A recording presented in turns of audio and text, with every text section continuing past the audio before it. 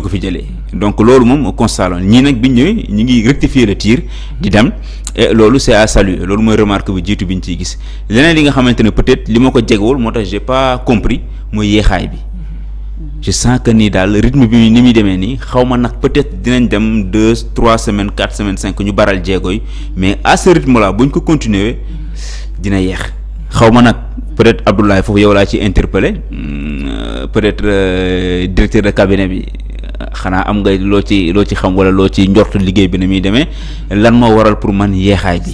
waaw parce que mbir mi daal da ngay gis ne ñu faloon sax pour ñu jëm passation de service il a fallu presque 15 jours pour ñu doog a def passation de service ngañ dem ba bi ñu ko falee mercredi bi lay am 15 jours ba léegi jëlagul service donc lan moo waral lenteur yooyu ndax dossiers yi fi nekkoon lañ war a tënk ba noppi wala lan la finalement man j'ai pas compris. waaw non man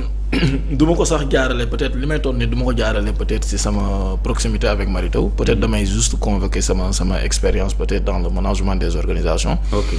Je trouve que c'est très normal c'est vrai que peut-être dañu fekk ci situation dañu fekk sénégalais ci situation bu xaw a métti benn mag daf ma doon wax ne soo nekkee ci jafe-jafe. même bu dee benn weer la da ngay am impression at la parce que jafe-jafe moo diis. dafa yàgg waaw boo nekkee ci mbégte rek même bu nekkee at bu jeexee da ngay am impression ci benn weer la. parce que mbégte moo mel noonu. Aujourd'hui quand tu arrives et que tu trouves qu'il y a un gouvernement qui a fait quand même 12 ans. 12 ans de benn fan de benn du ñaari fan. donc boo ñëwee en réalité il y a le temps d'intégration même ki ñu xam RH. peut-être dinañ la wax ne dans les procédures de recrutement phase bi ëpp solo te mooy mujj. mooy l'intégration en fait de la personne que tu viens de recruter. Donc pour man il y a ce temps d'intégration il y a ces rapports qui tombent déjà ces rapports là il faut les évaluer parce que ces rapports là du ay rapports au Guinée ou au Gambie c'est des rapports du Sénégal. Et dans ces rapports ñi nga wax ne ñoom la ñu war a ñenn ñuy nominer déjà. ci agence yooyu lañ jëm ou ci direction yooyu ñeneen ñu war a ñëw foofu lañ jëm donc le plus important mooy il faut faire quand même un diagnostic de la situation ba xam maintenant à partir de ce diagnostic là comment on définit la vision bi nga xam ne moom xam nga le management des organisations c'est très complexe ñun ñi dañuy yaakaar ne diriger une administration lu simple la parce que dañuy jàpp ne rek y a un directeur qui est là ainsi de suite li gën a difficile mooy tey jii nii tu peux pas définir une stratégie dans une organisation sans pour autant nga prendre en compte l'existant soo xoolee ñi nekk dans le management à chaque fois que ñuy définir un plan stratégique ou qui doivent définir des orientations des axes stratégiques am na un outil boo xam ne pratiquement toutes les organisations dañ koy utiliser mooy l'analyse SWOT pour xool en fait les forces faiblesses qui sont internes les opportunités et menaces peut-être ñi nekkuñu foofu mais quand même il faudra faire le bilan le diagnostic de la situation bi ñu fekk et à partir de ce bilan mën a comprendre quelles sont les orientations à définir à court terme à moyen terme et à long terme ça c'est la première chose. La deuxième chose on est quand même dans des structures qui parle d'organisation parle de structure parle d'administration tey fal nga Moustapha rek c'est pas forcément Moustapha dafay dem il y a une procédure par exemple jusqu'à la passation de service tey bu dee man maa war a def passation déjà il faut sax nga may ma temps parce que man maay jébbal Moustapha li nga xam ne moom laa def ci at yi ma dénk pour que Moustapha mën a sukkandiku ci loolu xool lan moo ci nekk ay priorités conduire ko parce que ñëpp jàpp nañ bon ça je pense que Sénégalais yëpp xam nañ ko l'État c'est une continuité dans cette continuité il faut partir de l'existant pour définir aujourd'hui le présent et après définir une vision sur le futur donc ça demande un temps beneen paramètre bu ñu war a bàyyi xel pour man sax moo ma gën a rassurer parce que ñëpp ñu ngi naan conseil des ministres bi passé amul nomination Sénégal la xam naa woy yu ci gën a dëggu woy Youssou Ndour boobu ci la bokk bi muy naan góor gi nee na boo yéegee bàyyi xale bi ci suuf ngi ne kii moom dafa ñàkk xel boo tegee xale bi ainsi parce que t'as l'impression que loo def rek les gens vont avoir leurs analyses et c'est normal c'est de bonne guerre mais quand il y a eu les premières nominations qu'est-ce qu'on a dit que moom moo promettre woon ne dafay am appel à candidature moi j'ai dit dans une émission que appel à candidature même si tu as la volonté de le faire mënoo xëy rek def ko un État c'est une organisation c'est une réglementation c'est un dispositif tey jii fii nga toll nii boo bëggee def appel à candidature mënul nekk parce que tu n'as aucun décret qui régit cela le fonctionnement de l'appel à candidature doit être encadré par peut-être un décret au minimum qui va dire que nii lañ koy defee nii lay demee nii la ñuy xoolee profil yi mooy critères yi ñuy mettre en place loolu rek dafay jël temps est-ce que aujourd'hui ils sont pas en train peut-être de travailler sur ça ça aussi il faut le prendre en compte maintenant nga am nag benn situation bu compliquée entre toi tu dois respecter tes engagements mooy damay def appel à candidature même s'il faut nuancer dans les appels à candidature on a dit pour certains postes maintenant tu es rattrapé aussi par le fonctionnement des choses, les urgences qui sont là comme Moustapha doon ko wax léegi. Donc am na ci yenn peut-être poste stratégique yoo xam ne munoo fi nekk naan damay xaar ba tabb benn décret ba teg dispositif ba mu baax ainsi de suite bàyyi ki fi nekkoon muy dawal rawatina bu dee ki fi nekkoon yow leer na li muy dawal baaxul nga am si ñeneen ñoo xam ne rek dañuy nekk ay njaayeen li ñuy def sax moo gën a garaaw période bi nga leen may ci la ñuy profité sax pour régler yenn problème on a entendu récemment à tort ou à raison des recrutements yoo xam ne dañ ko doon antidaté léegi lañ ko def mais ñu ngi koy antidaté boo ñëwee tey nga gis kenn koo xam ne daf la recruter soxna Ami daté ko de 2014 loo ci mën su dee en réalité la procédure dit clairement que c'est de 2014 donc foofu noonu dafay am urgence boo xam ne il faut ñu rattraper ko donc pour man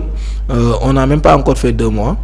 il y a un temps je comprends la souffrance des Sénégalais je peux comprendre en fait la précipitation des Sénégalaises mais tàmbali ci lu wóor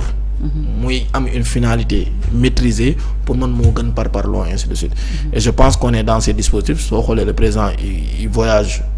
beaucoup depuis quelque temps mais soo xoolee ces voyages sont très stratégiques c'est au niveau de la sous-région parce que amatul benn dëkk boo xam ne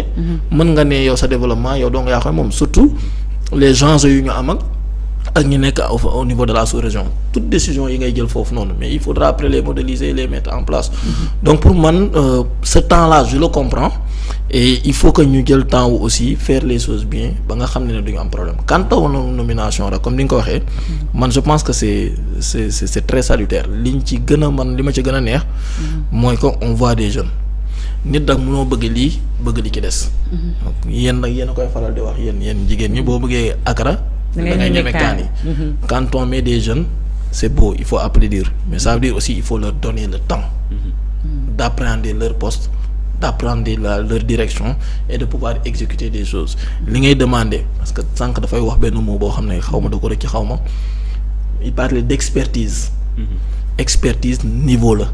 ça veut dire que tu as du vécu tu as un parcours ainsi de suite le cadre au Sénégal dañu ñeme terme yi rek cadre responsable ainsi de suite le cadre ce n'est pas forcément la formation c'est un vécu c'est un parcours et ce parcours là ça se construit ci période donc période boobu il faut ñu may leen ñu appréhender loolu apprendre de leurs erreurs il faut qu'ils fassent des erreurs c'est-à-dire moi je dis toujours dans mon management je sais pas si c'est est-ce que war nañ jàngee foofu tamit tollu niveau bu ñu fu ñuy jàngee poste jox la poste direction ak yu nu mel nga siy jàng waaw poste boo am est-ce que jàng tamit mooy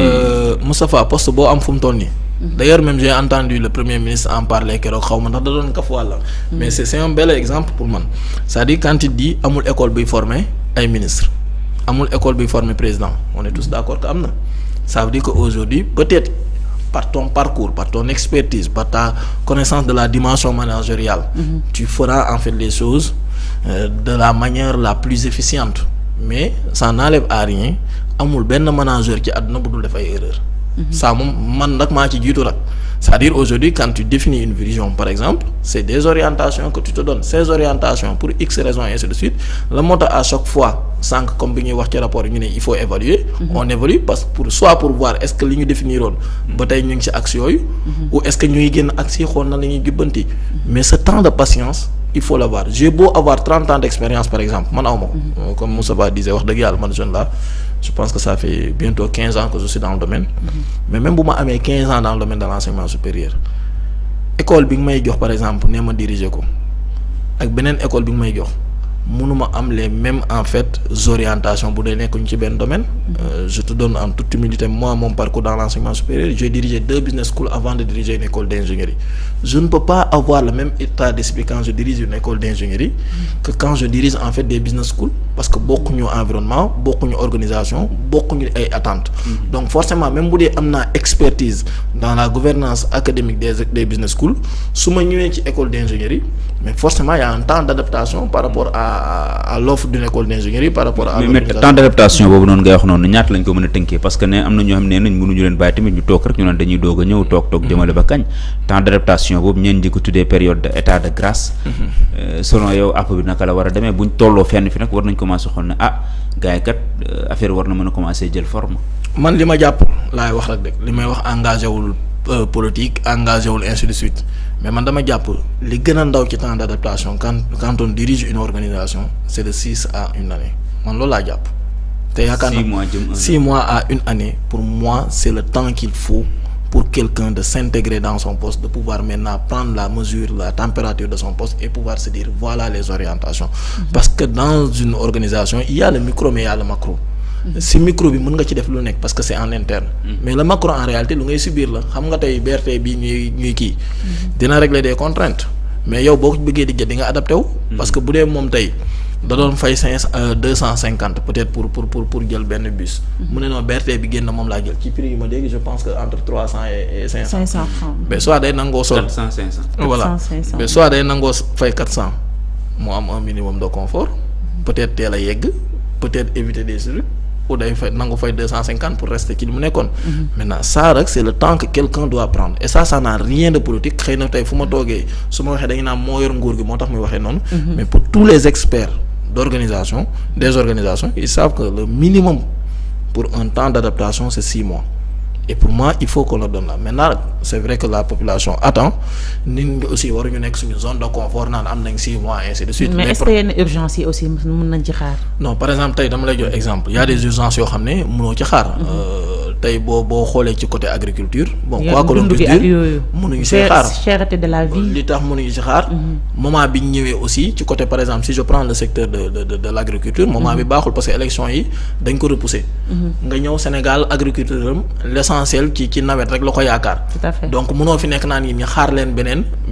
saison. mais peut-être li nga vision bi nga am ci agriculture mënoo ko indi ci temps bi. mais di nga mën a def les mesures d'urgence pour que Moustapha mi nekk ci domaine bi. mu mën a bañ a lajji période bi léegi nag nga décaler une année pour te projeter. Ça c'est des stratégies.